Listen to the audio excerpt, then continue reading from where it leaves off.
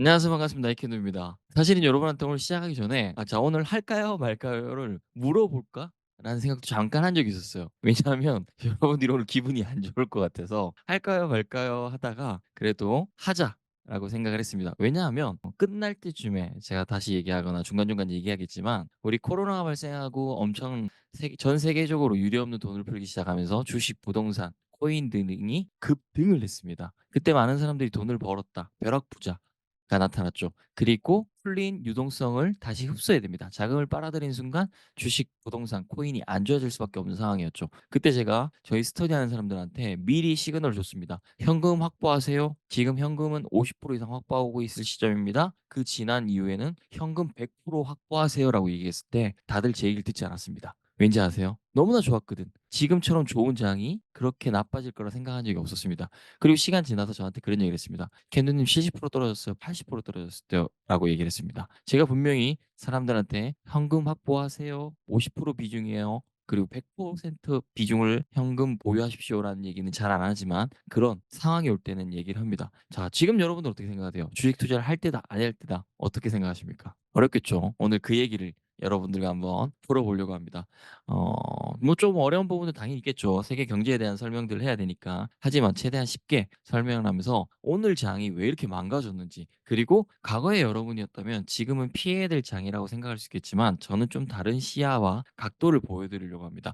그래서 오늘 스터디 이후부터는 우리에게 주어질 엄청난 상승 또는 큰 수익을 얻을 수 있는 기회가 주어진다는 것들을 오늘 스터디를 통해서 알려드릴 수 있도록 하겠습니다. 자, 오늘 같은 장에서도 상승한 종목이 있을까라는 생각이 들겠지만 오늘 같은 장에서도 상승을 한 종목들이 당연히 존재를 합니다. 그래서 그 종목들로부터 한번 여러분들과 살펴보면 좋겠죠. 오늘 먼저 여러분과 네이버 금융에 들어가서 오늘 장에 대해서 한번 또 얘기를 하고 넘어가야 될 수밖에 없다라고 생각을 합니다. 오늘 보시면 코스피는 2,500이 깨져서 2,441.55로 마감을 했고요. 코스닥은 691.28로 마감을 했습니다. 보세요. 8.7, 11.3이나 떨어졌습니다. 당연히 오늘 같은 장에서 살아남는 종목이 많이 없을 수밖에 없겠지만 그래도 상승한 종목은 상승을 합니다. 일단 현재 왜 상황이 이렇게 됐느냐를 살펴본다면 지난 주말에 뉴욕 증시가 미국 고용 지표 쇼크 속에서 경기 침체 우려가 지속되고 있습니다. 그러면서 급락이 나왔죠. 그러면서 유럽 증시도 하락을 했고 그러면서 오늘 여러분들 코스피 같은 경우는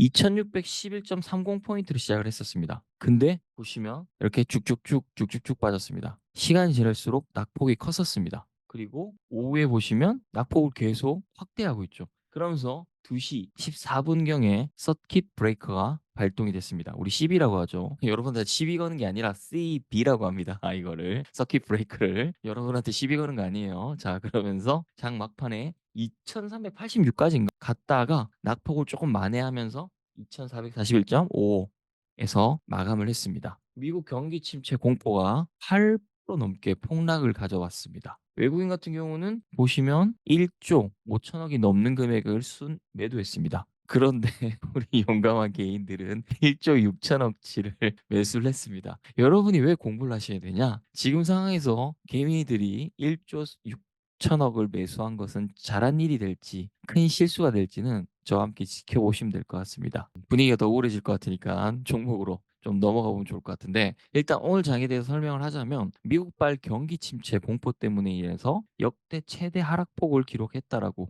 볼 수가 있습니다. 서킷 브레이커가 발동을 하고 그러면서 오늘 하루 만에 날라간 금액이 얼마인지 아세요, 여러분들? 일단 국내 증시에서 서킷 브레이커 시비가 발생 시비 서킷 브레이커가 발동한 게 2020년 3월 19일입니다. 4년 5개월 만의 일입니다. 그때도 코스피, 코스닥 시장 모두가 동시 발동을 했었고요. 그러면서 코스닥 시장에서는 43조 원이 날라갔습니다. 그리고 코스피 시장에서도 200억이 넘게 200억이 안 되겠죠. 200억이 좀 안 되고 그래서 두 코스닥 코스피를 합치면 오늘 235조 원이 증발했습니다. 235조. 그러면서 오늘 뒤에 나오겠지만 거의 대부분 종목들이 하락했다 보시면 됩니다. 그리고 제가 스터디에서는 이제 슬 관심을 가지셔야 됩니다라고 얘기를 했었는데 오늘 하이닉스만 하더라도 9.87%가 빠졌습니다. 엄청난 큰 낙폭이죠. 이제 15만 원 선으로 떨어졌습니다. 24만 원까지 갔었던 하이닉스가 불과 몇 주 만에라고 할 수 있을 것 같아요. 15만 선까지 떨어졌습니다. 여러분은 지금 어떤 생각이 드시나요?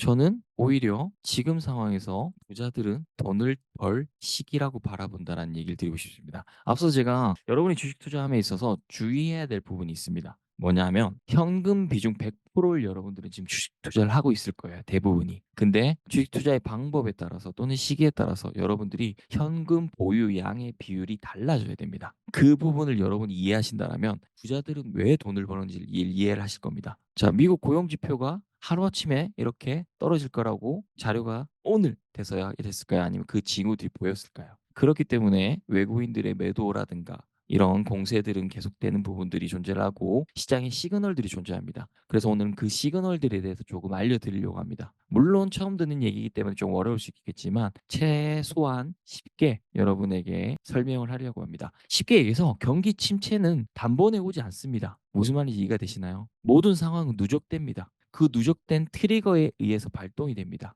그리고 저는 지금 낙폭이 크다고 보는 사람입니다. 그렇기 때문에 제가 지금 여러분에게 기회가 주어질 거다라고 얘기를 드리는 부분이 존재를 하는 거고요. 여러분들은 앞으로 그런 부분들을 배우셔야 되겠죠. 경기 침체는 단번에 오지 않는다. 이 내용을 꼭 기억하시고요. 모든 상황은 누적되고 어떤 트리거에 의해서 발동된다는 것들을 꼭 기억하셔야 됩니다. 그럼 제가 여러분한테 시그널들을 드리겠죠. 지금은 현금 100%를 투자해도 좋은 타이밍입니다라고도 얘기하는 시점이 있을 겁니다. 그리고 지금은 최대 현금 50% 이상은 보유하고 있어야 된다라는 얘기를 할 겁니다. 그 시점은 매도를 해야 된다는 얘기겠죠. 이 부분은 좀 다르게 받아들여야 될 게 여러분이 갖고 있는 자산의 규모에 따라서 투자 방식이 달라집니다. 예를 들면 제가 스터디에서 여러분한테 매월 50만 원씩 사세요라는 건 여기에 포함되지 않습니다. 그 종목은 그냥 오르든 내리든 상관없이 사는 겁니다. 왜냐? 5년, 10년 바라보면서 갈 종목들이기 때문에 지금 당장의 주가는 여러분한테 영향을 주지 않습니다. 왜냐? 50만 원씩 사는데 지금 사고 안 사고가 중요한 게 아니라는 거죠.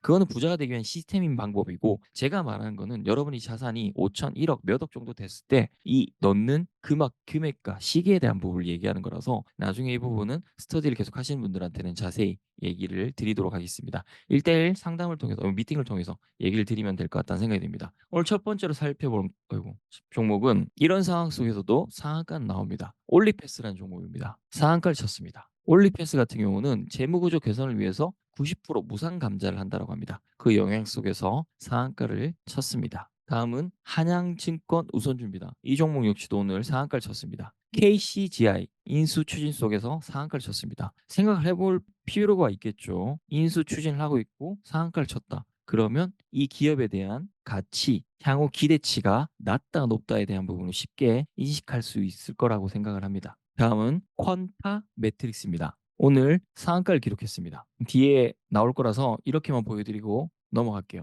그냥 향균성, 감수성 검사 기술이 네이처에 게재됐습니다. 그 모멘텀으로 인해서 상한가를 쳤습니다. 다음은 GSE입니다. 오늘 같은 하락장에서 26.5% 상승은 어마어마한 상승이겠죠. 지수가 폭락 속에서도 에너지 관련주는 급등을 했습니다. 에너지 관련주가 왜 상승했을까를 모르는 분들은 뉴스캔을 더 열심히 보셔야 됩니다. 매일매일 내용들 정리해드리고 있기 때문에 모르면 사실은 돈을 벌기 힘들겠죠. 다음 휴니드입니다. 오늘 18.97% 상승했습니다. 휴니드는 왜 상승을 했을까요? 휴니드는 우리 스터디를 하고 계신 분들은 낯설다, 처음 들어본다 하시면 안 되는 종목이겠죠. 너무나 자주 등장했습니다. 휴니드, 방산 관련주입니다. 지금 방산 관련주는 좋을 수밖에 없겠죠. 다음은 HVM입니다. 이 종목 역시 오늘 12.98% 상승을 했습니다. 지금 오늘 오른 종목들은 다 이유들이 존재를 합니다. 지수 폭락 속에서 방산 관련주는 부각이 될 수밖에 없겠죠. 좀 더 볼까요? 대성에너지. 우리 자주 다뤘던 종목 중에 하나입니다. 대성에너지는 왜 상승을 했을까요?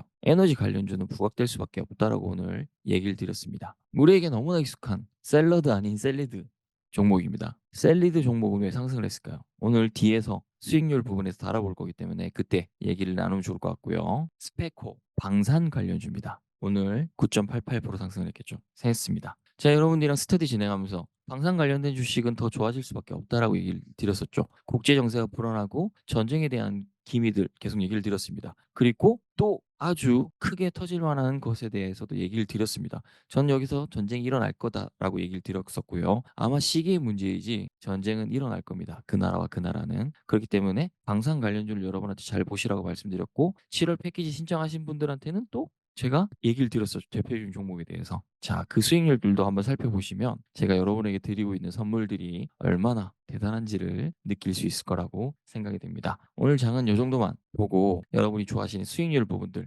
보면서 얘기를 나눠 보도록 하겠습니다.